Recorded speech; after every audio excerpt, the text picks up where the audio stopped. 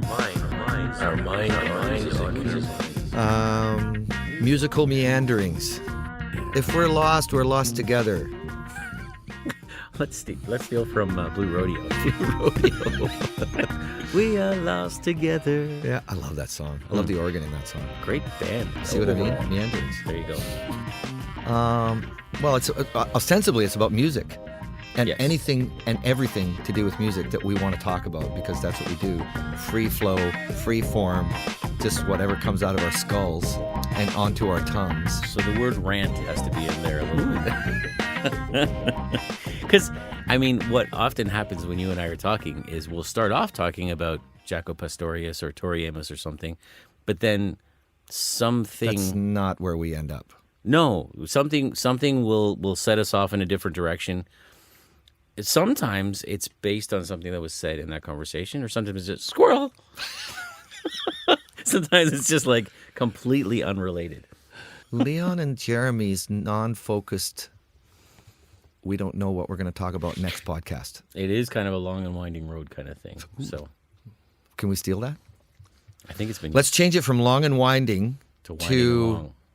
winding and long. Yeah, like curved and distant road. Curved and distant road. The curved and distant road. The curved and distant boulevard. You see, we could have been given the lyrics to a Beatles song before they actually released it, and we still wouldn't have had a hit. I'm convinced. If I ever get that Conan laugh, like I love Conan O'Brien, but Okay. he's got that, he's doing that laugh for the past like 5 or 10 years that's just like overwhelming the guest. You know? Oh, really? Yeah. Have you noticed that? I don't watch them. I don't know. Go watch him. Great. Well, Okay, well, we'll put a disclaimer there. go watch that podcast. Anyway, he's got his own podcast now too. Yeah. Copycat. Copycat. I know. It's like they're all just going, oh, Leon and Jeremy are doing that? We should probably do that before them. So my sister, who she does a lot of stuff with CBC. Canadian Broadcasting Corporation. I almost said BBC. That's like an Australian saying they like Marmite instead of Vegemite. They send you out of the country for that. Is that right? Oh yeah. I mean, they let you in. You know people who have eventually. been actually... No. escorted out of the country? A friend of mine told me. Oh. So she ended up somehow, I'm not sure, but meeting. What's the? I hate to say this, but the two main guys from Blue Rodeo. The Well, the Cuddy is one of them. Jim Cuddy. So I guess she met him. I won't go as far as to say like they became buddies or something, but they met each other, had chats and stuff. And so I think that's super cool, right? Yeah. But then there are a fair number of people in the world that I would say that to, and they'd go, "Oh, what was the name of the band again?" I say it to you, and you know what I'm talking about. Well, Blue Rodeo never really... Did they ever Break outside of Canada. broach the Canadian borders? You know who I discovered last night? This was so cool. I pulled up a list of all the I just said like who are the top classical composers. Actually, we were talking about Mozart, Beethoven, and Bach. Okay, Yep, so yep. being the sort of the trifecta, The Holy Trinity. the Holy Trinity, of right? composers. So, Which reminds me, what was Mozart after he died? pardon me, What did people call Mozart after he died? Amadeus. No, a decomposer. See, because you're composing when you die, when you live, and then decomposing when you Thanks die. for explaining that. Yeah, So there you go. it's Yeah. a good one. Okay. So go ahead. Very punny. Very punny. Yeah. So anyways, I was trying to get all my timelines straight because I never really did study classical history. Okay. But I came across this. You probably know this already. What's the name of it? From the 10th, I guess it would be the 11th century. So like 10 whatever. Ooh, the other music teacher at this here school, that's her specialty actually is Music history? Ancient music history. Well, like how ancient? Because this is like 1,000 years ago. So I'd have to ask her specifically for the answer to that, but I was like, I really like Mozart, and then I was telling her a little bit about, that we had started talking about Mozart versus Beethoven kind of idea, right? And Yep. she's like, "Well, that's kind of like too new for me. It's too modern. That's too modern for me." You kids these days. You kids crazy and your kids. Beethoven. Long hairs. It's hilarious. Okay, the girl's name, the woman's name, incredible woman, not just for music. Hildegard von Bingen. Ever heard of her? I have never heard that Binkin name. Me in my- either. And she's number 4 on the list. Wow. From 1098 to 1179, Dang. right?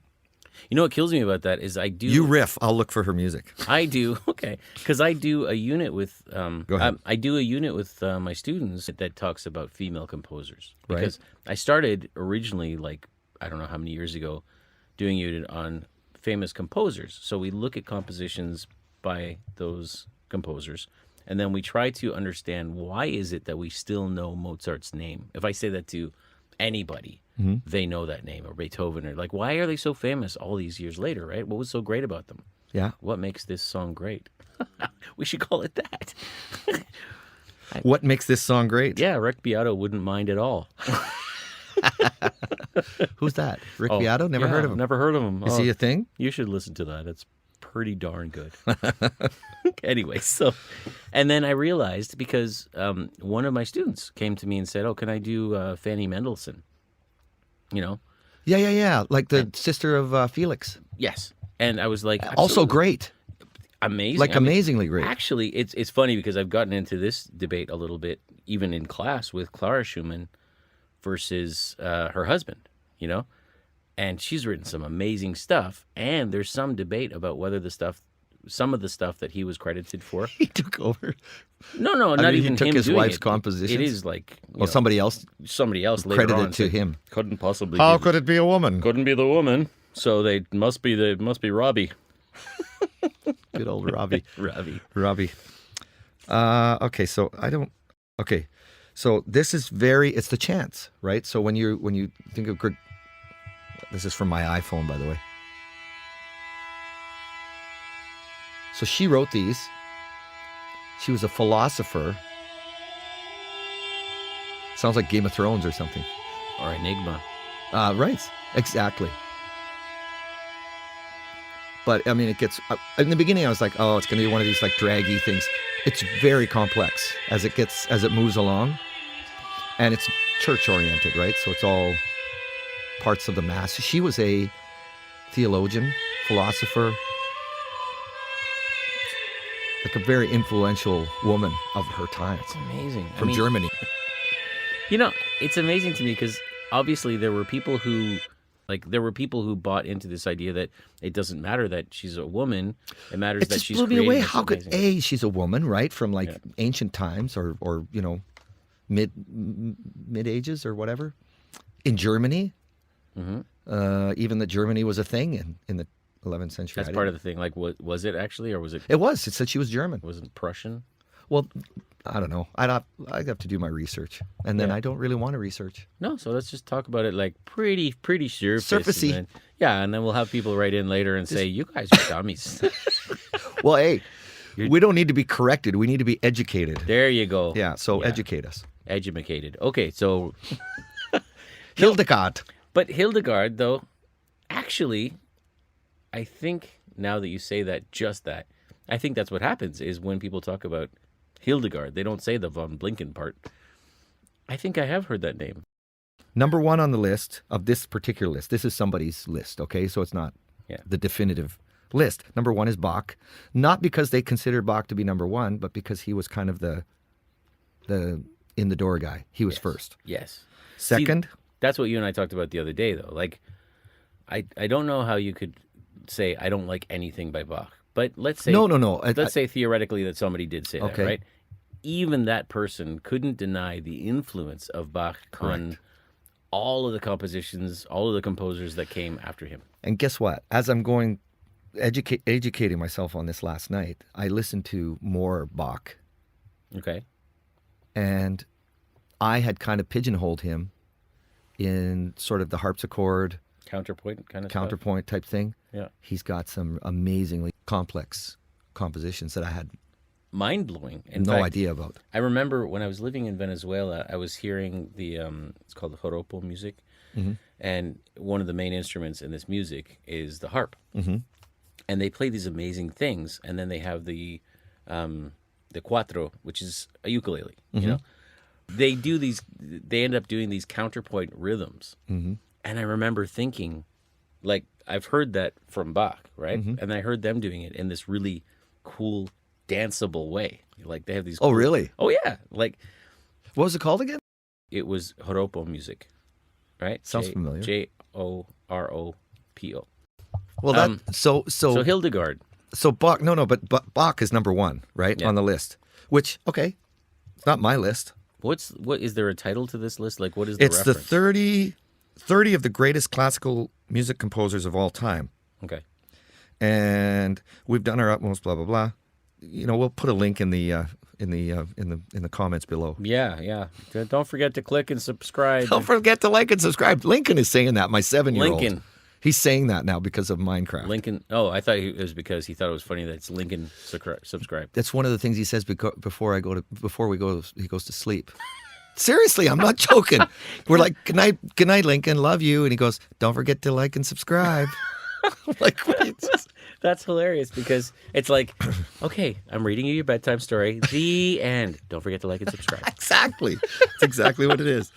Okay, so Wolfgang Amadeus Mozart, number 2. Yeah, it's so many more. I was names. surprised. No, I was shocked. really.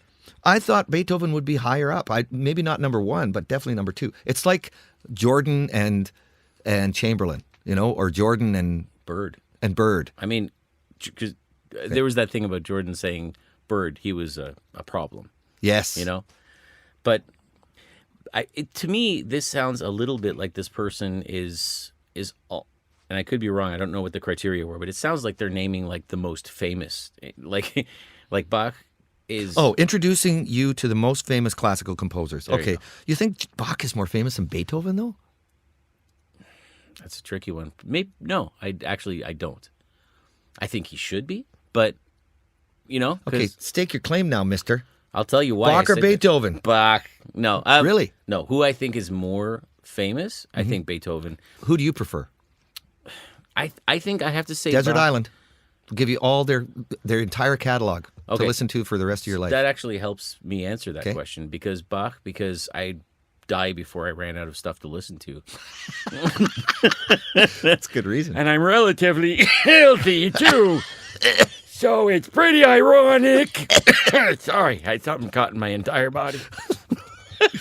Bach, eh? Okay. I'd go Beethoven, but I that's think just me. Beethoven, don't get me wrong, it's definitely not like I'm saying I wouldn't listen. 1A, 1B. You know, the thing is with Bach, I really do think that. Like, I could just listen to some of his stuff over and over again and just hear complexity that I had missed the first 25 times. Do you know some of his stuff, to me, sounds British? Because when I think of some of his stuff that he plays, like I think of English countryside. You know, see that. I think I'm looking at an English countryside. Like, they and then love I what you listened do. to his choral stuff, and I was just like, holy That's Hildegard. Holy Hildegard. Holy von Blinken, I'll tell you. Holy fuck. Number 3 is Beethoven. Okay. And then I listened to his third Eroica. Yes, Symphony. that was the one I was talking about the other day when we mentioned this a I little don't bit. remember anything about it. That was the one I was trying to remember at that moment. The name of this thing that I heard that I was like, oh my god, that's Beethoven. Like Yeah. It didn't sound like, but that's da, what da, da, da. You know, it's that's what like I that's was- what I think of. You know, That's the discussion we were having, though, is like, to me, Beethoven sounded like, to me, having a wider breadth of musical stylings is the best way I can put it, I right? think that's fair. But then last night, I'm listening to all these guys that I kind of poo-pooed before. Haydn, Schumann, Brahms. Haydn. Okay. Yeah. Why is it Haydn? Just because it's Hay? He was afraid. Hay is for horses. Okay? I don't think it's I know in how to English. pronounce hay. I don't think it was in English. At Whatever. all. Okay, just Okay? Why It's isn't also- why it's- isn't it Joropo? It's also quinoa. Okay? It's not quinoa. Okay, All there you right? go. Let's just set a couple of things down here. A couple of ground rules. Yes. We're gonna make mistakes consistently according to our own rules. Guess who's number 4? The aforementioned Hildegard von Bingen. Oh, you told me that A already. Bingen. Sorry, Actually, not I wasn't Blinken. even listening. You told me that. You She's said not a Blinken. She's number 4 on the list. She's number 4 on the list Guess as who's the number most 4? famous. I don't know. Hildegard von Bingen. I just told you. And then number 5 is Claudio Monteverdi. Really? Yeah. That's, I don't like this list. No, I don't think I can agree with this list. And then Handel. I can't handle that. Vivaldi. Okay. You know, just the fascinating thing about some of this stuff is you go and you look at the historical stuff. I was looking at some of Bach's scores, and I was thinking, like, ink, writing. He did the lines himself. Everything was Right. done. I mean, I know just exactly. that activity alone. Did he have people to transcribe it for him? Yeah. I believe he did, but even so, like, you'd have to write it out to get the ideas down anyway, Or and then play it? Maybe he'd have somebody who could actually. Maybe. I mean, And then- that's an interesting thing because Then he would go in there and say, okay, mezzo forte and, you know, allegro and a lot of that stuff though they didn't mark the dynamics Right. markings, right? They left that totally kind of up to you. interpretive. Yeah.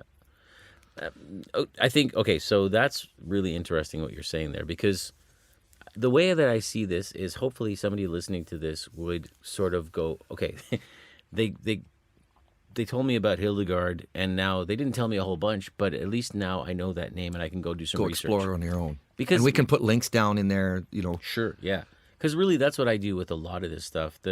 Okay, so I made the little joke about Rick Beato. You may have heard of him, 3 million followers. He's like a genius. I love Yeah. that guy. Yeah. But so we have him, and then we have, I was going to mention before, the professor of rock, I think he calls himself. Yeah, I like him to an extent, but to me it just seems so. I don't know what the word is. I like him, but it's He's definitely got like a positive take on the things that he talks about, but Yeah. that's what he chooses. that's what he. Well, I know what it reminds me of is like some kind of like Casey Kasem or Dick Clark, that kind of thing. Oh, okay. You know, Yeah. that kind of approach. The Professor of Rock, it's a little more like that, and Rick Beato's more like in depth, Yes. right? Yeah. Like, listen to this, and I like those little takes where he goes, Yeah. Because there's no video here, but he just pointed and made that Beato face. "Is our audience going to be younger kids? Because if they are, we can't be talking classical all day long." Yeah, I don't imagine this. When you and I chat, we talk about classicalism, but it's definitely not the main. It's not all we do. Yeah, it's not the only thing we talk about. With those guys, like you and I talked about this, we're not the experts of all experts on this stuff. Like Rick Beato, he feels like his unprepared chat would be really instructional to me because he knows so much. Right. You know, just off the top of his head, he can pull out information that I don't think I could keep in my head. Right. You know, I'd have to write it down. He's encyclopedic. He's just been, it feels like he's been so steeped in all of this stuff who knows, his whole life, you know? Yeah.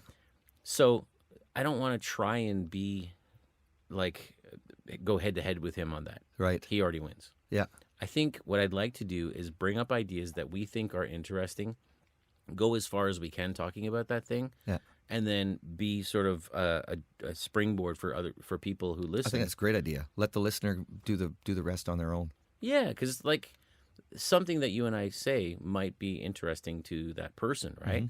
I don't have to do a show on that thing. Right. Just talk about it, and just it gives you an idea for something to research. Because that's what I do. How about, yeah, not in depth, but like stuff, whoever it is that you might have forgotten about or you hadn't thought about it in that way, etc. And Well, I'll use it as an example. When I don't even remember how we got on this subject, but in text, you sent me a text about have you ever listened to, what was the name of the album by Journey? Escape. Escape. Have you Just- ever listened to Just, I mean, holy smokes. Yes. I mean, I think on so many levels in terms of the recording quality that, for me, like, we did a whole The spiel. melodies. In text, we did a whole spiel on the bass player. Yes, the bass player almost takes the songs over. I think he He's is incredible. so melodic, you know? So, but my point being, like, that was just us having a random text conversation. I think we were talking about something else. I don't remember what. And then I just threw it at you. I said, "Have you? When's the last time you listened Just to out of the blue. Journey's Escape?" You said never. And so I spent like the rest of my evening listening to that and going over parts and looking up the bass player and who he's got to have played with somebody else because Journey had a period when they weren't playing, right? Well, Randy, the guy from what's his name from American Idol, He ended up playing with them on an album or two. Wow. Randy Jackson? Jackson. Yeah. Wow. But it wasn't him on that album. It was somebody else. No, I mean, on that album, that was the bass player that I looked up, and I was like, this guy must have had, and sure enough, he's played with tons of amazing people. And Yeah. But, because it was just like, you could play the bass, you know, okay, this is kind of an unfair comparison, but Michael Anthony Van Halen, Yeah. right? If you've got Eddie Van Halen going, you know, all that You stuff. you just need to keep the bottom. Right, you can't. Dun, dun, dun, dun, dun, You'd be dun. stepping on toes if you started to do like even just like big octave stuff. It's Well, just and dum, that's dum, dum, interesting dum, dum. because Neil Sean is no slouch. But yeah, somehow they managed to figure out the interplay, you know, between the bass and the guitar. wow. I wonder. And the keys are in there too. Yeah, that's the thing. They had tons of stuff in there, but I felt like I don't know. Maybe they sat down and Steely Dan the whole thing and like mapped it out, and you know, do you know what I mean? Like, I don't know, but all I know is that, like that voice, it's more than just a voice, Steve Perry, because those melodies, I don't know if he came up with those melodies or what, but some of those lines that he's doing, and then Rick Beato when he talks about like him landing on the sixth instead of, you know, or landing on a note that just doesn't make sense because of the chord that they're on, yeah, you know? I can't imagine that much of that was luck. I really think No. they must have sat down and said, I think Okay. maybe it was Jonathan Cain.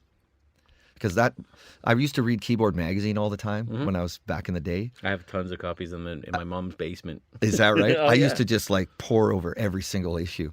I used to look at mostly the ads, funny enough, That's exactly because me I too. wanted to know the new keyboard Yes. coming out, you know? Yes, it's what you needed to salivate over. Yeah.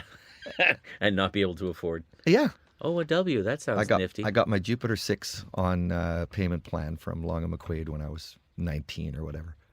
I think my M1 was from Long and McQuaid, too. Is that right? Actually, yeah. Yeah. I remember when the M1 came out. There were like those were those when they had milestone keyboards like DX7. Before that, I think it was the Prophet. Okay. Before that, it was the Moog. I don't know. Yeah, I know what you're saying. sent you because that chart, definitely right? The DX7, yeah, the DX7, I remember that, and I was like, okay, I can see why people like it, because as opposed to those like programmable, I had a PPG that was ancient, but Could you save stuff on it though? well, theoretically, if you had the battery for it, I couldn't find. It was like a massive. It had to have this battery to hold, Right. but it wouldn't have mattered a whole ton actually, because it was like sine wave, sawtooth. It was It was waves. live. It was meant to be edited Yes, live, yeah. right? So I would tweak it, but it wasn't like turn knobs kind of thing. It was buttons, because I think they were trying to modernize, so they used buttons, yeah. which made it really hard to do. What was it? actually. PPG? Isn't that what Rush used?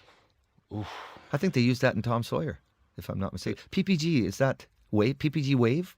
Is that? I believe so. Huh? I remember. I think I still have it actually. I mean, think they used that on the Moving Pictures album. What is Oberheim?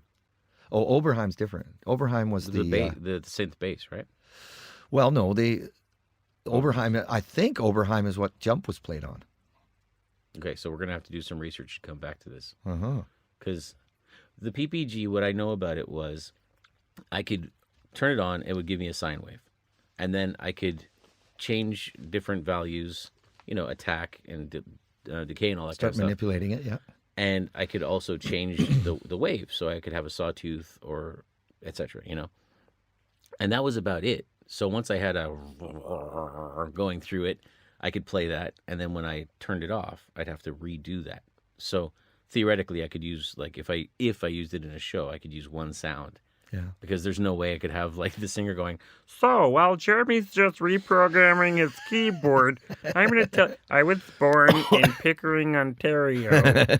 Yeah, so, you know, so my point being that the DX7 was key for that. It had moved to that point where you just push a button and you have something that sounds relatively like a piano, Yeah. you know? Yeah. And then the M1 came out, and it sounded like... The M1 changed my life because that became like the recording unit for us. I forget when it came out, but I mean, that was when we were using an Apple 512K, Macintosh 512K. Oh, geez Louise. And we had the SMPTE converter because we had a 16 track Tascam. Yeah. And so I we had used an 8-track. We had to bounce tracks. I mean, like you probably did as well, but We did the had to same thing, bounce yeah. everything. Yeah, well, with 16 tracks, and it was the thin tape. It was the 1 inch, so it wasn't as you didn't have as much leeway. Mhm. Like the 2 inch tapes, you had a lot more leeway. Our 8-track was on a cassette. Oh wow, You- really? That must have been hard to. That was really hard to bounce, and you're Well, and to keep it bright, because every time you bounce, you lose your brightness, right? That's right. So, I mean, what we did with that was we would EQ brighter than Right. you know. Just like But I mean, you lose sound obnoxiously quality. bright. Yeah, but you lose a lot of sound quality on each bounce. As And well. what we didn't realize too is that what you need to be doing is doing you need to cut off the lows. You need to do a high pass filter, right? Ooh. Because once you add all those tracks up, it's not the low from the instrument itself; it's the low from the From this tape, the tape noise. from the magnet. But what we had is a SMPTE converter for time code. Yeah, syncing. Yeah. You know, so that took up tracks 15 and 16. You recorded on 16, and it bled all the way into 15, so you couldn't use 15 at all. So we actually ostensibly had 14 tracks to work Right. with. So you'd record your drums individually, and then you do a drum mix and mix it down to stereo, or you might do a kick and a snare, and then and then the rest of the mix, the rest of the drum mix. See, we were forced to do like the whole drum set, sometimes drums and bass at the same time. You know, so like try to isolate them in somebody's basement, right? It Yeah. wasn't like we were in a studio, obviously. So we would put like a mattress up between the two so that we could, because the bass you can just go like DI, right? Yeah. We didn't have a DI box. So direct to the mixer then, or Yeah, we could do that. that's almost like a direct box, but the Yeah, direct box but- gives it that boost, right? That's it. Because the difference is you're still getting, if you're, let's say you're going straight out of the amp, it's kind of the same thing. But if you're miking that cabinet, Mm-hmm. then you're still getting the room ambiance, which means you're picking up those drums. Yeah. And our drummer beat the crap out of his drums. So, Yeah. I mean, I'm sure if we sat down and really thought about it, we were just trying to get good ideas onto tape so that we could take it to somebody and they would record it a lot better. Right. You know, I sold, I think, 3 songs to an artist. Not sold, but I mean, I had him do covers of my songs. Not a big artist, not a big deal, but that was what he got. He got a 16 track mixed onto 2-track, mixed onto a cassette that we handed in, right? yeah. And I would have loved, I would love somebody to play my songs so that I could hear like an interpretation of it. yeah. You know, it's, Well, there's an excitement. There's also a fair amount of disappointment when you hear the way they. For me, anyways, I was somewhat disappointed with, and they did a great job. It was well produced. They just did not nice the way you harmonies. would do it, kind of Just thing. not the way I would do it. Yeah. Yeah. That's interesting. I was watching something the other day about a song. I won't even try to remember what song it was, but it was a really famous song that had been released. Oh, it was Heart. It was Professor of Rock was doing an interview with Ann Wilson of Heart, Uh-huh. and they do that one song. Is it What About Love? It was a song that had been written by like one of these. Oh, I think I songwriting know guys this before. story. Yes, it was like a. Songwriting. It was team. Diane Warren, I think, wasn't it, that wrote No, that? no, this was a songwriting team. It was like Liebert and Stoller of the 80s kind of Oh, thing. okay. And they had written this song that was released. The original version was done by some band that I had never heard of, and then there was a second version done by John Stamos. John Stamos. Yeah, for that show for Yeah, I know the one you're talking about. I can't think of the name though. oh, Ellie's gonna kill me that I don't remember the name. Not Crowded Best House. buddies. No. No, it's it's like something Crowded House, but not the band. Anyway, the show that he was on, Yes. he and Heartthrob. John Stamos. Yeah, so he had recorded this. He And- recorded that song first. That's Yes, hilarious. Yeah, as a duet, I think with the actress that played his wife on the show or something like Okay. that. It was some connection like that, but definitely it was him singing it. Yeah. And then Hart heard it, and they were like, well, they had a different take on it. So they start off with the piano. Da da da da da da da da da. What song is da da da da da da da? Oh, Alone. Alone. Yeah. The note that she hits in that song. Yeah, crazy. Crazy. And it's like, wow, it's amazing, right? And that song became, I think it's their biggest selling hit. Alone or What About Love? It was Alone. Okay. I was saying it was one of those around that Oh, time. you mean it was Alone that? That song had been written by some songwriting team, Oh, okay. done by this group that it makes sense for the time, but it was like it aged badly in Right. terms of being a very 80s song. Yes. And then John Stamos version was like I don't know what, like, name Kylie Minogue and those kinds of guys, the kids that were recording at that time. Oh, Do you know what I mean? yeah. Okay. So it was like a teen Yeah, thing. like a teen bop. It sounded like it was recorded for the audio version of Tiger Beat magazine. And then Ooh. I wonder if they have that. I don't I'd know like what to get me a copy of that. Maybe that should be the name of our podcast. The audio version of Tiger Beat. That's the title of this first podcast. that is Because every definitely- podcast has to have every episode has to have that's the title of our first episode. There you go. The audio version of Tiger Beat magazine. That's the title of our first episode. Can we Well, agree? Sure, we could be slapped with a false advertising, but go for it. Irreverent? Darn yes. Heck betcha. Yeah. Heck yeah. Yeah. Accurate? No. I go, Irreverent? heck no. Yes. No. Wait, why did I start talking about? Oh, because the whole idea that this song was a really good song that had been processed to the point of like processed cheese. It was Yeah. hardly cheesy. It wasn't even cheese. It was processed cheese. Do you even taste the cheese when you taste a cheese slice? Like a processed cheese slice? Have you ever microwaved that stuff? I mean, it hardens like plastic. I mean, you could make a bowl out of it. Don't buy processed cheese. Don't buy processed. Yeah. Unless, of course, like Kraft, you want to sponsor us or something. That stuff is Kraft? awesome. Kraft. I Yum. love processed cheese. Give me some Velveeta. It's got calcium.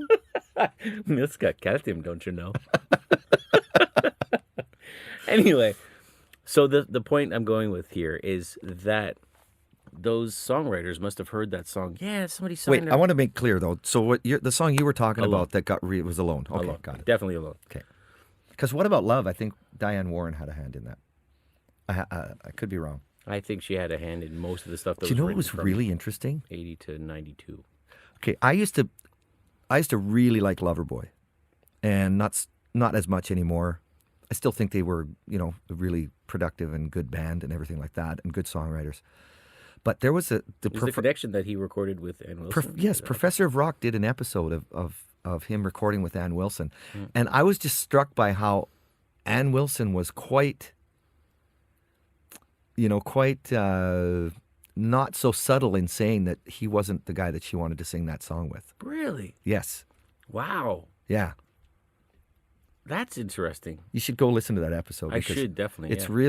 really. I don't know. Like, and Mike Reno is just really affable, and it seems like a really cool guy, and but I think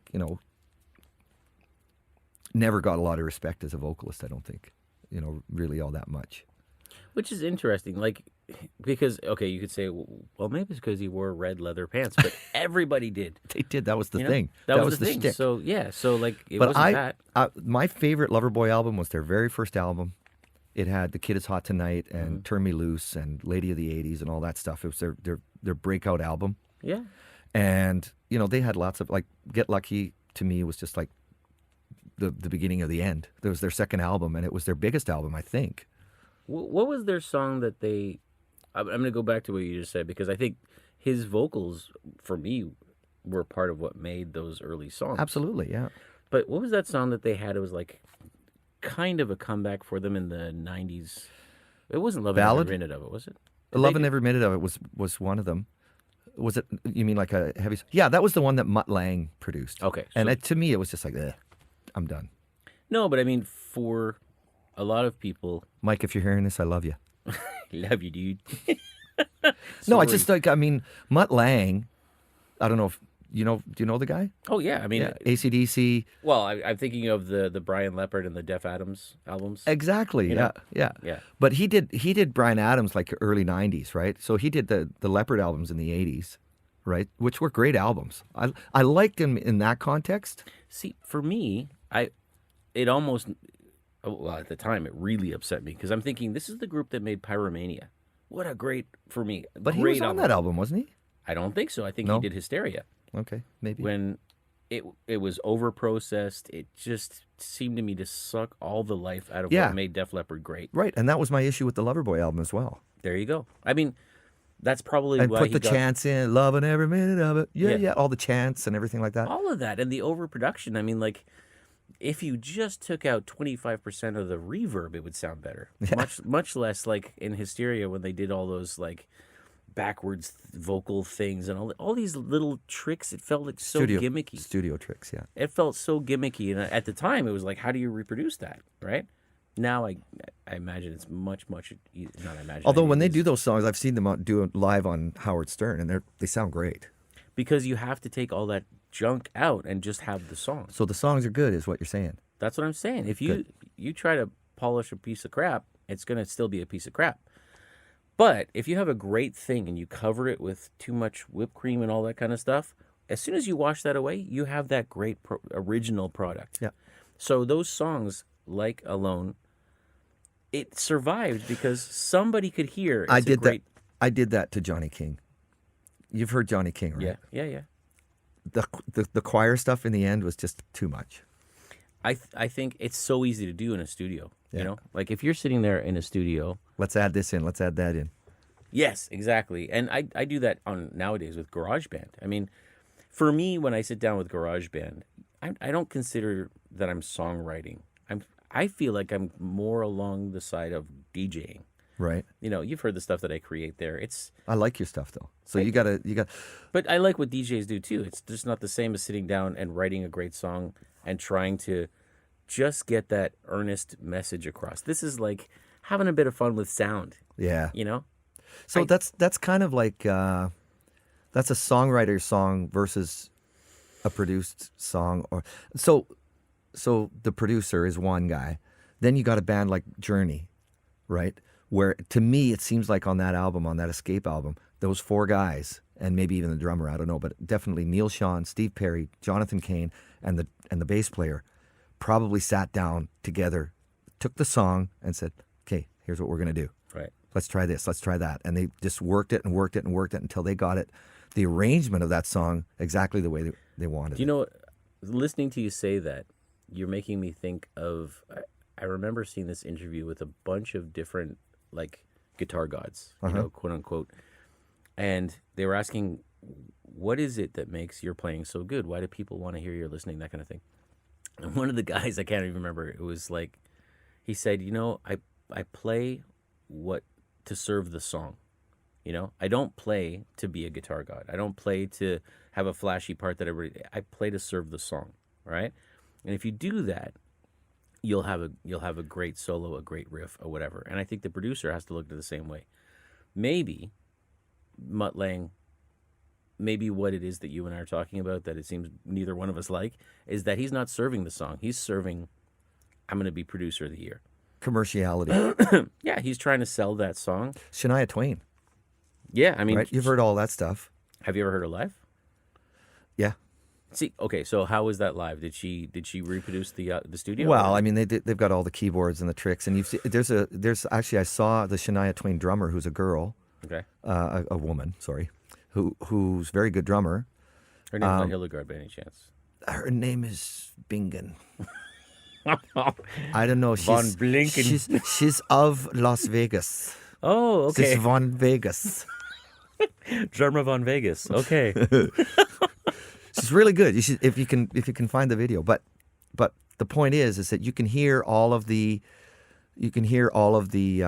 piped in tracks. You know that are the things that need to be there. I think it's "You Don't Impress Me Much" is the song. Okay. That don't impress me much. See, I think it's Which not like could be, a song about my impression of. Oh, we're really dissing people today, aren't we? Cow, We've done in Mutt Lange. We're Yeah. doing in Shania Twain. Mutt Lange is gonna hear this. Obviously, We've done in Mike Reno. 'cause who's not? Gonna? Sorry, Mike. Yeah. Mike's actually, I No, love Mike. I don't Reno. think we did. I think we said that Mike Reno didn't get as much respect as he I should think he have. didn't. I Yeah. think I don't feel like we pooed him at all. And he was one of the. I mean, those guys wrote together. Him and Paul Dean. And I think, yeah, that's one of the things that's also missing is you get like if it has gone back to that point where like 6 people in the world are writing 95% of the hits on the radio. Yeah. Do you know what I mean? Yeah. It's yeah. And then on top of that, you get a couple of producers who they found their sound and they found what people will listen to, sort of thing, which is great for a certain amount of time, but in terms of pushing beyond the barriers and stuff like that, it makes it really hard for somebody to make a sound that's surprising or different. Yes. Like, what if Bjork released her first solo album now? Would she have a Bjork sound, or would she have to do the modern, the current day equivalent of Mutt Langing her sound? When Bjork first heard her first song that she wrote in that genre, was she shocked? Was she surprised? After the Sugar Cubes. Yes. I don't know. Was she surprised? Did you know what I mean? Yeah. Like, did she listen to it and go, "Ooh, I've surprised myself"? I mean, I remember one interview that I watched with her, and I just loved. Somebody said to her, "So, describe your sound. Like, what kind of genre do you think you fit into, or like, how would you label your music?" And she says, "I don't know. I make Bjork music." A lot of people could have said something like that. Fill in the blank here. I make whatever band music. With her, it felt like, yeah, I actually couldn't deny that statement. She's right. And that goes back to the thing we were talking about, like with Bach and Beethoven. Are there things that make you recognize them, right?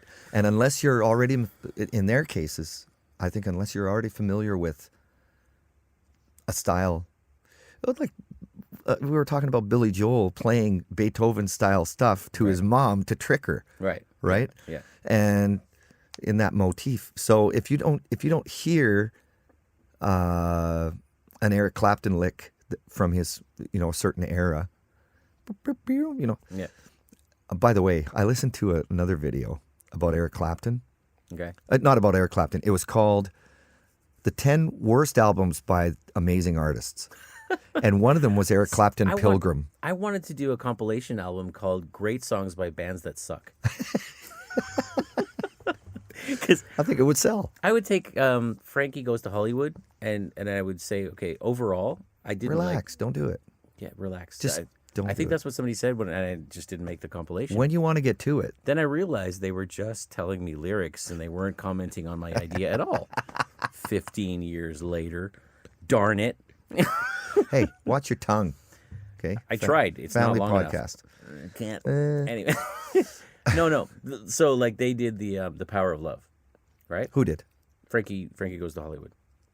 Not the Jennifer Rush one. And not the Hugh Lewis in the News one? Holy cow! Who hasn't done a? Has Eric Clapton It's done the it? power of love. Damn. Wait, isn't that the one? Isn't that the one they sued? Ray No, Parker that was Jr.? I Want a New Drug. Okay. They sued Ghostbusters over. No, Frankie Goes to Hollywood had a song. They had a song called Power of Love? Yeah. Okay. It's the power of love. Oh, yeah. Of course I Yeah. know that song. Which I really like that song. It would be a stretch for me to say that I think Culture Club totally sucked, because I think they had some great songs, actually. Yeah. But Victims. Have you ever heard the song Victims by Culture Club? Victims we know so well. I'm getting a phone call. May I interrupt? Hello? So the idea being that if the songwriters write a great song, Yeah. and then the musicians interpret that to serve that song, right? Right. Like Heart with Alone, they said, if you really want this song to be taken seriously, it can't start off as an 80s pop hit synth, Right. Start off with just a piano and voice. It's still, that sound still ended up being fairly 80s. Oh, quote very, unquote. yeah, But very. But her voice is so amazing. Yeah. Like, she's got just a full... Well, great number voice one, to they listen. let the melody and the voice stand out Right. a lot more, probably, So right? that tinkly 80s sounding piano, sure, it sounds 80s, right? Yeah. But man, like there are moments, the elements of it that stand out, like you said, like they let that melody and her voice stand out, right?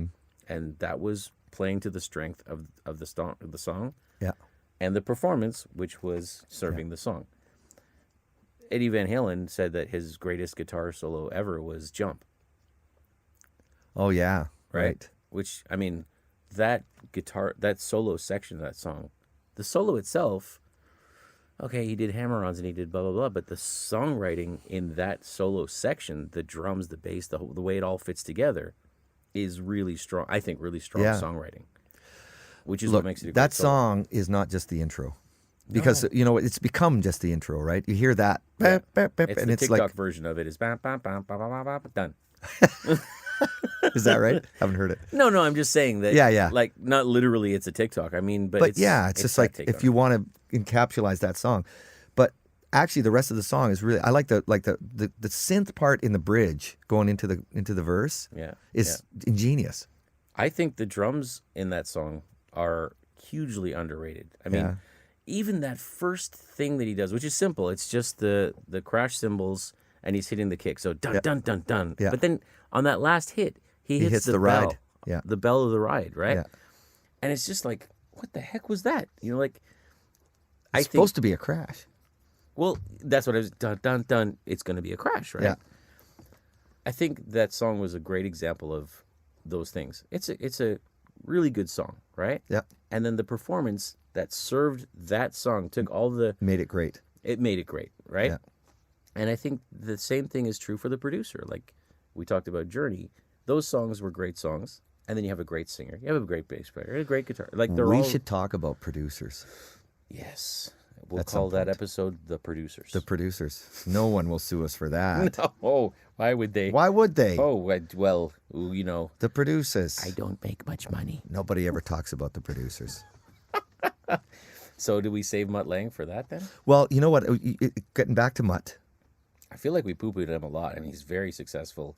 We should probably say something good. he basically made AC/DC after There you go. that. I think he's the one who produced the last album that Bon Scott sang on. Really? I think so. Yeah, Wow. that was his start. That was his leg in the door. That's I could interesting. be wrong, but I'm pretty sure. See, when I think of him with AC/DC, I thought he did like the later stuff. There was okay, so like their song that was in that Schwarzenegger Terminator movie. Who made who? Who made who? Did he Great produce song. I don't know. that? You know? But the thing is about the AC/DC stuff, I don't think he messed that. I mean, that stuff's produced. The production on their stuff is great, and it's totally that's their sound. Do you know what? My theory on that is because they are so raw. I mean, they're one step right of Motorhead in terms of raw. Do you think sound. he tried to make Def Leppard too much like AC/DC? Is that the problem? I think he Because just Def Leppard, the voice is kind of like in that. I don't know the guy's name, but Joe Elliott. yeah, I really like Joe Elliott's voice actually, and if you hear actually, he's done some stuff where it was just like him acoustic, and there's this great interview of him doing like in a pub, just like some guys playing acoustic guitars. It looks like a Cayley in Dublin or something, and it's just him singing, and he sounds great. Yeah. I think he's got a great strong voice and delivery and everything else. They just played Toronto like last that week right, or eh? something. Yeah, they did like a Monsters of Rock kind of thing with them. It was Def Leppard, Motley Crue. Yeah. Oh my God, Motley Crue. Oh my. Anyway, they'll recover. they have to. eventually, at some point. Joan Jett played in that concert. My. Somebody else as well, but Def Leppard, I think they went through this thing with the overproduction of them, which I just think takes a lot of their. Do you think part of it was because of that accident? And him Yeah, them definitely. trying I to mean- accommodate for because I think that they had to accommodate also for how he was going to do this stuff live. Yes, I mean, did you see the movie about Def Leppard? I think I just saw clips.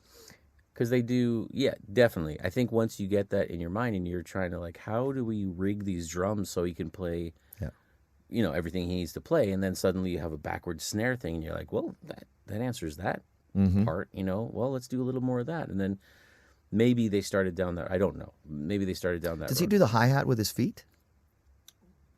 I think so, but I think he's got different ways depending on what he needs to do at that moment. The guy says he still suffers from like PTSD and depression and stuff like that. The part that I didn't know from that movie, if the movie is accurate, they sewed his arm back on, Yeah. and then his body rejected the arm, so they had to take it back off. I mean, like, oh my God. Yeah, PTSD is not a huge surprise there. Anyway, so I think yes, talk about producers because, man, like some great songs out there that are really dated. Is it because they're dated songs, or is it because the production is dated? I think probably the production, because if you listen to, you can listen to, when I listen to, for example, I listen to, okay, it's a bad example. Can we talk about Prince? Okay. Okay, so Little Red Corvette, fun song, great, Yeah. but it was really early '80s produced. You know, the It was snares and also stuff like kind of demo-y. yeah, I Like do. to me, it sounds like a demo. Yeah, I mean, and he did have stuff like that. Big part of that was because he was like, at that point, I don't know how old he was, but his first stuff to come out, he was 19 and he was playing and producing all of it. Right. So it was also his learning curve, which I love. At that point in time, you were allowed to do that. Little Grow- Red Corvette was I mean, I loved the song when it came out. Yeah, there you go. It was a huge hit for him and all that stuff. But then you listen to Purple Rain. Yeah. Oh my God, a guy who found his feet. Like that song, Yeah. amazing. The production, Well, and Kiss. amazing. Yeah, Kiss. Well, that's an interesting one. If what they say is true, there were elements of that song that were ripped off, basically. But I heard the interview where Prince said that he had recorded a whole bunch of music over top of that. Like there was a brass section and there was all this stuff and huge percussion and backing vocals. And then he realized that he was killing his song. What you said about your song as well. Like you said that you put in a choir and it was too much, you know? Well, on a lot of the stuff that we recorded back then, it's just, we're like, let's try this, let's add this. And it's fun, it's a lot of fun, but It's fun in the studio, but it's not serving the song. So Kiss became a hit. If that interview is actually what happened, it makes sense to me. after being pared down. Because he took all that stuff back out and just let it be Kiss, Yeah. He let it be the elements that made it strong, And I think that's what the producer needs to do. And theoretically, that's what they're there to do. But sometimes they get caught up in the fun of the studio Yeah. and the possibly self-serving. If it's overproduced, then we just use the word produced and we want to know who the producer was, Right. as opposed to listening to a great song that was perfectly. Phil Spector, pre-murder charge, was, like, remember the Beatles album, or the Long and Winding Road? That was the controversy, right? Is that Long and Winding Road went out after being produced with The Wall of Sound by Phil Spector. Okay. And I don't know if all of them hated it, but definitely there were a few members of the Beatles that just despised that version. Yeah. And there's another version that came out later that was much more pared down. Did you hear? It was when we were in Qingdao. So what was that? 2000 for me. It was, 2002, 2003, 2004. yeah, Ish. it was when they released the Beatles Naked CD. Yes, I remember that. And some of those songs I think were actually better naked, Yes. like just the acoustic and the piano and stuff. Some of them I was like, oh, it's kind of like taking the salt out of the stew, Right. Right. So yeah, I can see that. I can see how. It's interesting that there are songs that need to be, that they need to have those production values Yeah, to make it what it is. And then you kind of go, okay, well, is that a good song? Well, then that goes back to what I said about the way that I view what I do on GarageBand and put out, for me, it's fun, but I don't feel like it's super strong songwriting. I feel like there are good little kind of sound clips that I do fun things with, and sometimes it's really catchy to listen to, and Yeah. it's nice. Yeah. Is that a great song?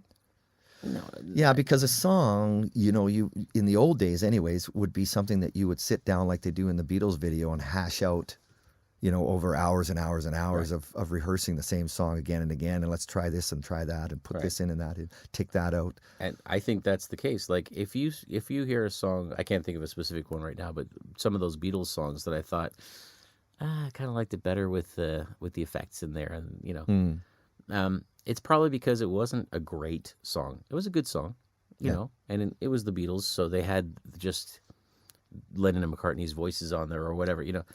But they weren't great songs. And then they put the production in. It's hard to imagine that people like us would be saying those songs weren't great, but truthfully, like those, especially but I listened to Rubber Soul the other day. Man, that was a strong album. That was such a strong album. And that, you know what gets me in that is the horn. Beep, beep, beep, beep, yeah. Oh. The way they make that sound like an actual horn, Okay. Yeah. you know, and even the baby, you can drive my car. That is almost like a horn sound, the way they put that harmony in there. I think they did. Incredible. I think the production did a lot, but Not on that album. On that album, the production was great, but those songs, Norwegian Wood, yeah, you know, Michelle, Norwegian Wood is still one of my favorite. Sometimes I get sick of it because I listen to it too much, and I have to drop it for a year or two, and then I go back to it and I listen to it nonstop. masterpiece. That's kind of where I was going, though. The production did a lot for them, but they had such strong songs, and they had built up this process where they were cherry picking from 4 songwriters. Right. You know, they didn't often need that production. Kind of an It just unknown made it a George little better. Harrison song on that album. I can't remember the name of it right now. Why? There's this. He had written the album before, but there was one on that album. I can't think of Check it. the links below. Yeah, check the links below. Don't forget to like and subscribe. Good night. Good night. Thanks for the. That should be the end of the podcast. Yeah. Don't forget to like and subscribe. Good night. We should get Lincoln saying it though. Yes, that could be literally be the end of the podcast. Each episode. Oh, I love it. Wouldn't that be great? Okay, done. Don't forget to like and subscribe. Good night.